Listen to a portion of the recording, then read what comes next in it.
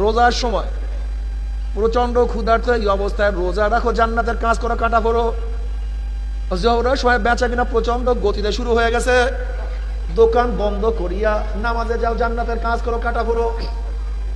বন্ধুরা সব আসরের সময় খেলায় মত্ত, তোমারও মন চায় খেলা করি, ওদিকে মুয়াজ্জিন বলে হাইয়া আলাস সালাহ, হাইয়া আলাল ফালাহ, কল্যাণের দিকে আয়, নামাজের দিকে আয়।